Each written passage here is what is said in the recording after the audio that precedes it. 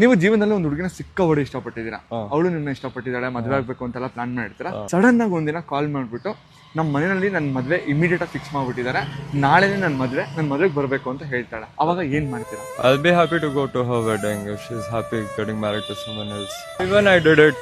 It has happened.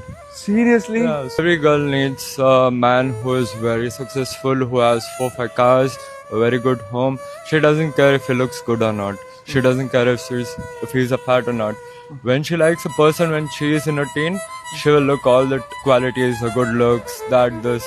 But when it comes to a marriage, she'll always go for the money. Money. ನಾನೇನ್ ಮದ್ವೆ ಮಾಡ್ಕೊಂತೀನಿ, ನಿನ್ ಜೊತೆ life set ಮಾಡ್ಕೊಬೇಕು, ಅದು ಇದು ಎಲ್ಲಾ ಚೆನ್ನಾಗಿರುತ್ತೆ ಬ್ರೋ. ಮುಂಚೆ 3 ವರ್ಷ 4 ವರ್ಷ ಜೊತೆಗಿರ್ತಾರೆ, ಅದ್ರಾದ್ಮೇಲೆ ಟೈಮ್ ಬರ್ತಾ ಇದ್ದಂಗೆ ಆಪ್ಷನ್ಸ್ ಚೇಂಜ್ ಆಯ್ತಾ ಇದ್ದಂಗೆ ನಾವು ಚೇಂಜ್ ಆಗೋಗ್ಬಿಡ್ತೇವೆ. ಹಾರ್ಶ್ ರಿಯಾಲಿಟಿ, ಬಟ್ ಇದು ಫ್ಯಾಕ್ಟ್ ಬ್ರೋ. ಅವ್ನ್ ಸಾಯೋ ಗಂಟೆ ಜೊತೆಗಿರ್ತೀನಿ ಅಂತಾಳೆ, 4 ದಿವಸ ಆದ್ಮೇಲೆ ಬೇರೆ ಒಂದ್ ಜೊತೆ ಓಡಾಡ್ತಾ ಇರ್ತಾರೆ ಬ್ರೋ. ಇವತ್ತು ಐಫೋನ್ ಕೊಟ್ಟಿರೋಳು ಎಲ್ಲ ಅವಳೆ ಅಲ್ಲ, ಇವಳಕ್ ಸಂಬಂಧ ಇಲ್ಲ, ಇವನಿಗಿಲ್ಲ. ಅವ್ನ ಐಫೋನ್ ಇವತ್ತು ಇದು EMI ಕಟ್ಟವನೆ. ಸೀರಿಯಸ್ ಆಗಿ ನನ್ನ ಫ್ರೆಂಡ್ಗೂ ಇದಾಗಿದೆ ಬ್ರೋ. ಇದ್ಯಾದ್ ಬ್ರೋ ಬಾಳು. ಅವ್ರ ಅಮ್ಮಂಗ್ ಕೊಟ್ಟಿಲ್ಲ, ಅವ್ರ ತಂಗಿ ಕೊಡ್ಸಿಲ್ಲ, ಹೋಗಿ ಯಾವ್ದೋ ಹುಡ್ಗಿ ಕೊಟ್ಟವ್ ನೆನ್ನೆ ಮೊನ್ನೆ ಸಿಕ್ಕಿರೋಳಿಗೆ. You are just spitting all the truth. Yeah bro, see, being fact is good. Like people might feel, they might think ಏನ್ ಈ ತರ ರೂಢಾಗಿ ಹೇಳ್ತಾನೆ, ಈ ತರ ಬಾಯ್ಗೆ ಬಂದಿದ್ದೆಲ್ಲ ಇರೋದ್ನ ನಿಜ ಹೇಳ್ತಾ ಇದೀನಿ. People can't just accept the fact.